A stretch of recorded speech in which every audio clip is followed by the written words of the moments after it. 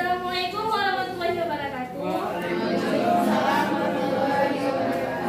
Kami dari kelompok 1 ingin mempresentasikan mengenai sistem pernapasan pada manusia. Perkenalkan, nama saya Nurul Aini dan Saya Putri Atmalia. saya Nurul. Saya Martia Putri. Saya Zakia Mulya. Baik, jadi untuk mempersingkat waktu saya ingin menjelaskan mengenai sistem pernapasan. Jadi sistem pernapasan pada manusia itu ialah suatu sistem kinerja tubuh di mana melibatkan hidung, tenggorokan, juga paru-paru. Nah, jadi sehingga terbentuklah pernapasan pada manusia. Nah, jadi pernapasan itu juga disebut dengan respirasi, di mana suatu proses mulai dari pengambilan oksigen, pengeluaran karbohidrat hingga penggunaan energi di dalam tubuh. Nah, jadi dalam sistem pernapasan pada manusia memiliki alat-alat pada pernapasan pada manusia seperti rongga hidung, faring, laring, trakea, paru-paru, bronkus, bronkiolus, dan alveolus. Nah, jadi masing-masing alat pernapasan pada manusia ini memiliki fungsi yang akan dijelaskan oleh teman-teman. Baiklah, yang pertama saya ingin menjelaskan tentang rongga hidung. Jadi rongga hidung ini merupakan satu tempat di mana udara luar. Jadi udara luar yang masuk itu melalui rongga hidung. Jadi fungsi rongga hidung ini untuk menyaring udara-udara yang masuk dalam rongga hidung. Kemudian rongga hidung ini memiliki dua kelenjar. Yang pertama ada kelenjar minyak dan juga kelenjar keringat. Kelenjar minyak itu dinamakan dengan kelenjar sebasea.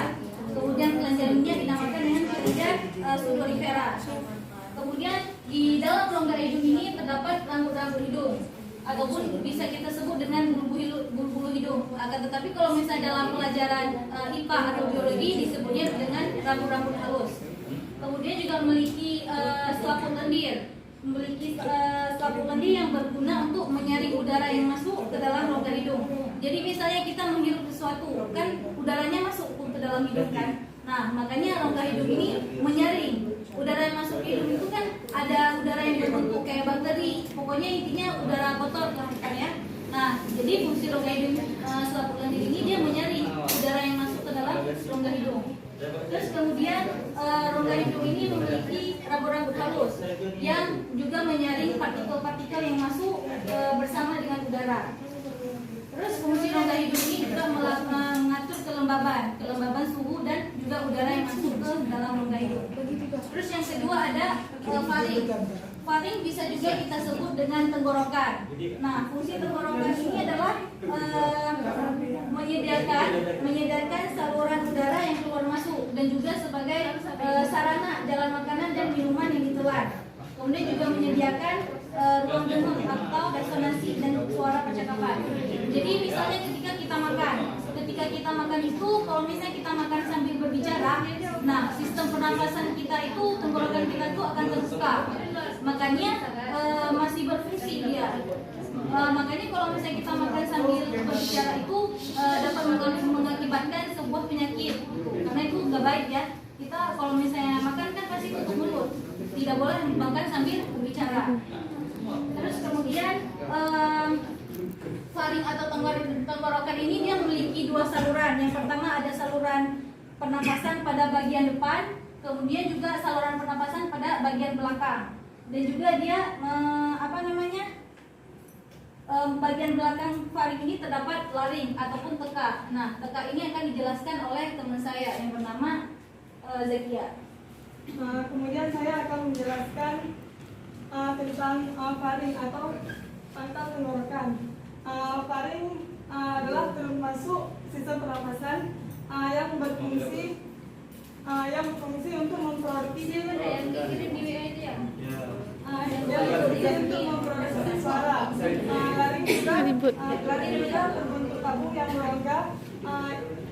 berongga yang memungkinkan udara masuk melalui trakea dan paru-paru. Laring juga berfungsi untuk menghasilkan suara dan juga sebagai tempat keluar masuknya udara. Kemudian trakea atau batang tenggorokan adalah organ pernapasan yang berbentuk tabung besar, organ pernapasan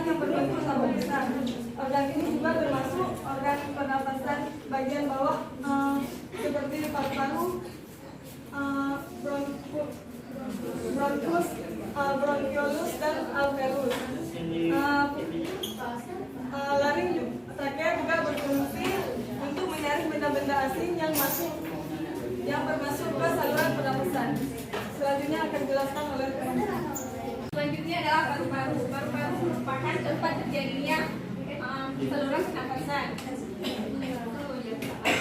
Tugas utama dari paru-paru adalah untuk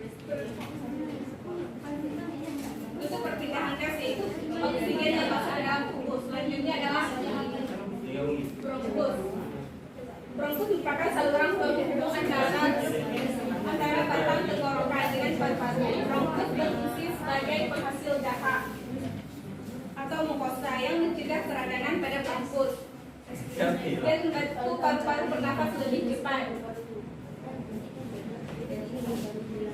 Dan ketika kita lelah, paru-paru akan membantu paru-paru, dan ketika kita lelah, paru-paru akan lebih cepat membantu kita bernapas dan memastikan udara mencapai paru-paru yang di bawahnya.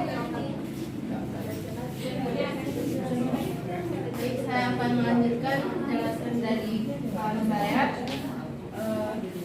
Saya membahas tentang bronkiolus. Bronkiolus merupakan cabang kecil dari bronkus yang ada kandungan udara disebut alveolus. Bronkus merupakan mengendalikan jumlah udara yang masuk ke paru-paru ketika kita bernapas.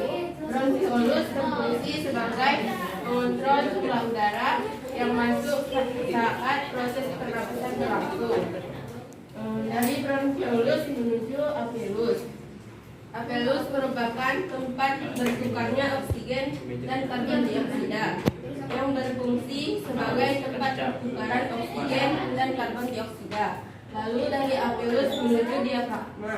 Diafragma merupakan pemisahan rongga dada dan juga perut berbentuk berupa otot dan digunakan untuk memperluas paru-paru. Diafragma berfungsi sebagai mempermudahkan udara masuk melalui paru-paru dan melakukan kontraksi. Sekian dari kelompok kami. Bagi teman-teman yang ingin menanyakan, boleh kami kasih pertanyaannya juga. Assalamualaikum warahmatullahi wabarakatuh. Waalaikumsalam warahmatullahi wabarakatuh. Saya dari kelompok 3 akan menanyakan Namanya? perkenalkan Namanya? perkenalkan nama saya Muhammad Surya. Saya akan Muhammad Surya. Saya akan menanyakan kepada kelompok 1.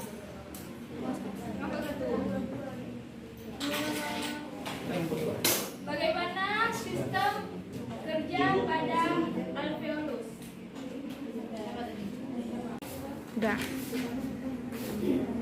Baiklah, saya akan menjawab pertanyaan dari Mawadatul Mulia, yaitu apakah fungsi kerja dari alveolus. Jadi alveolus ini merupakan permukaan respirasi ataupun sistem pernapasan untuk melakukan pertukaran gas ke seluruh tubuh. Jadi fungsi kerjanya itu dia dengan cara si alveolus ini dia mengembang untuk mengambil oksigen. Kemudian dia juga menyusut untuk mengeluarkan karbon dioksida. Jadi ketika dia mengambil oksigen itu dia mengembang, dan ketika dia mengeluarkan karbon dioksida dia itu menyusut kembali. Nah, mengambil oksigen itu dari alveolus yang masuk ke dalam tubuh dan melepaskannya karbon dioksida ke alveolus. Baiklah, bisa diterima? Kan tadi bilang alveolus itu sebagai apa tadi? Ada yang naik turunnya, mengembang dan melukis, Mengembang dan menyusut. menyusut ya. Kan di diafragma juga terjadi hal seperti itu. Apa tidak berlaku di diafragma ketika kita menghirup nafas? Kan ketika kita proses itu mengembang di alveolus dan menyusut di alveolus, kemudian terjadi lagi prosesnya itu berlanjut di diafragma kayak gitu, menurun ke diafragma, karena proses selanjutnya kan dilanjutin di diafragma kayak gitu. Bisa. Baik, bisa diterima. Oke. Bismillahirrahmanirrahim. Assalamualaikum warahmatullahi wabarakatuh. Saya bernama Farhan Al-Aziz, mewakili kelompok 2, ingin bertanya. Di dalam hidung adanya selaput lendir maupun rambut hidung. Saya ingin tahu apakah fungsi dari selaput lendir dan rambut hidung tersebut. Terima kasih. Akan menjawab pertanyaan dari Farhan.